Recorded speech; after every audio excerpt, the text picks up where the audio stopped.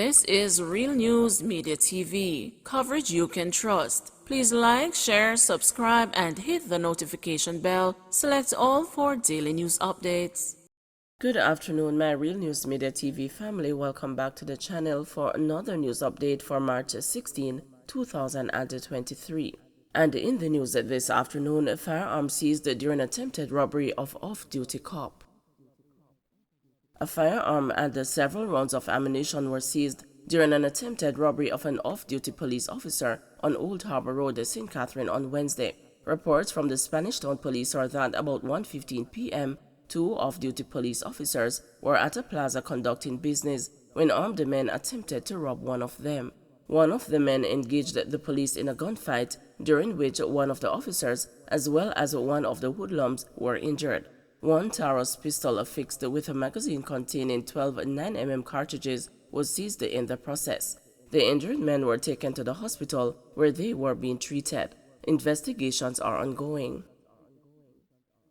Boy Blue charged with the murder of 2-year-old boy in Trelawney.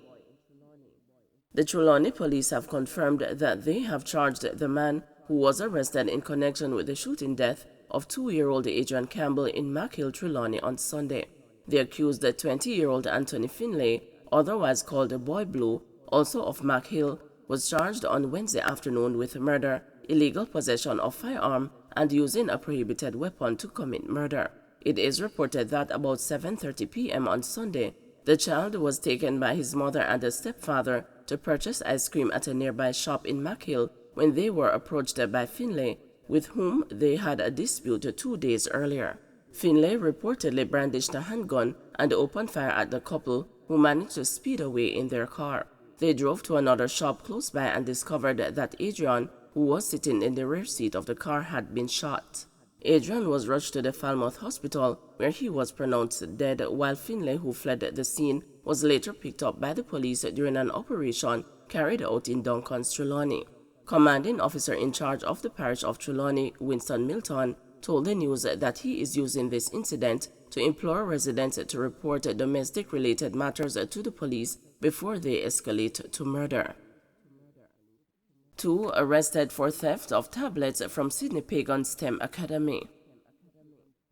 2 people have been taken into custody following the discovery of 2 of the 65 tablets stolen from the Sydney Pagan STEM Academy in St. Elizabeth in early February. The 2 were held Wednesday during operations involving police personnel from Clarendon, Manchester, and St. Elizabeth in search of wanted men, guns, and drugs. Searches were being conducted in the Balaclava police area where the tablets were found. On Friday, February 3, the school's guidance counselor securely locked the office where the tablets were located.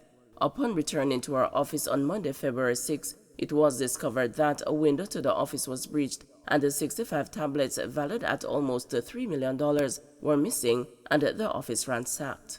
Investigators say arrangements are being made to question the 2 individuals in the presence of their attorneys. Unstable weather conditions expected throughout the weekend. The Meteorological Service of Jamaica says a trough across the Western Caribbean is expected to maintain unstable weather conditions during the weekend. According to the Met Office, a cold front which has been producing cloudiness and showers is expected to move across Jamaica on Thursday before stalling and lingering south of the island through to Friday. Afterwards, the trough is expected to be the dominant feature. Expect cloudy conditions with periods of showers and thunderstorms to continue through to Sunday as a result, the Met Office said. The Met Service forecast predicts that there will be scattered afternoon showers across most parishes and thunderstorms mainly across southern parishes on Thursday afternoon. On Friday, it predicts isolated morning showers across eastern parishes and scattered afternoon and evening showers across most parishes, with thunderstorms mainly across western parishes. On Saturday and Sunday, the forecast is for morning showers across eastern and south central parishes. Scattered afternoon and evening showers are anticipated across most parishes, with thunderstorms mainly across northern parishes. The development is welcomed by most Jamaicans, especially in the Kingston and the St. Andrew areas, where drought conditions have forced the National Water Commission to implement supply restrictions since February in order to slow the fall in water levels at the two main catchment facilities. While water levels had not hit a critical stage, an adjustment had been necessary to ensure supply over the next few months, the authorities had said. 17-year-old arrested after man stabbed to death in St. Mary. A 17-year-old boy was taken into police custody after a knife was used to stab a man to death near the Triple P Plaza in Highgate, St. Mary on Thursday morning. The teen reportedly fled after the killing, but was later caught by police, and the weapon believed to have been used in the killing was seized. The dead man has been identified as Gary Graham, otherwise called Patacat, a resident of Highgate. Police revealed that Graham and the teen had been having a series of disputes in which the Highgate police had intervened several times. It was reported that around 7:30 a.m. Thursday, the teen went and asked someone for money. Police said Graham discouraged the person from giving the teen any money. An argument developed between the teen and Graham. Police said the altercation got physical and a knife was used to stab the now deceased in his neck, killing him on the spot. The teen fled and was later caught by the police, and the alleged weapon recovered. Educators line up behind the JTA president. Jamaica Teachers Association President Lysandra Harrison is being backed by some members of the union who have threatened to stage a protest in agreement with her decision to refrain from signing off on the government's latest wage offer. The concerns of the teachers who took to their WhatsApp group comes 2 days after the signing of the wage offer was done at the Ministry of Finance and the Public Service. The JTA, through its Secretary General Dr. Mark Nestle, wrote to Finance Minister Dr. Nigel Clark, conveying the wishes of the delegates who represent the 78 district associations island-wide, and requested that he executes the necessary processes to facilitate the signing of the heads of agreement. Maybe this was the reason why the president didn't sign. In his budget presentation, the minister said $12 billion was budgeted for teachers. Now he wanted our president to sign for $11.8 billion. What happened to the rest of the money? A perturbed educator said. What I admired about my president, she reads and cross-reference. She does her due diligence. If she had gone and signed, her detractors would have castigated her for not doing her due diligence, the educator added. Another teacher shared that it was illegal for the JTA president-elect to sign off on the wage offer. We need a lawyer to look into the agreement reached by the JTA with a signature from the JTA president-elect. This is illegal and the Minister of Finance should not have allowed this to happen.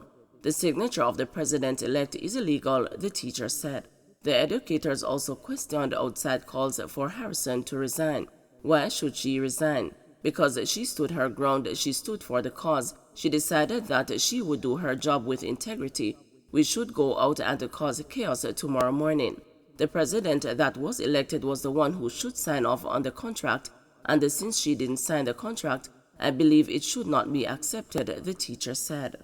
Another educator said they played straight politics with this negotiation, and the president would have none of it, but instead she tried her best to do the things in the best interest of the teachers. Other educators who expressed that Harrison upheld her integrity asked their colleagues to join in on staging a protest in honor of her efforts. Colleagues, we should unite and plan a demonstration at the JTA head office in support of Madam President. She wanted much better for us. She just answered the question of the type of persons around her and their intent to sell us out, said one teacher. Another colleague agreed, we need to stand by the president. We protest if she is forced to resign. On Sunday, the JTA announced that 80% of its delegates, which is 629, who attended a specially called virtual delegates conference, voted to accept the latest wage package offered by the government, while 19% of eligible voters, which is 147, said no. Don't forget to like, share, subscribe, and hit the notification bell. Select all for daily news updates.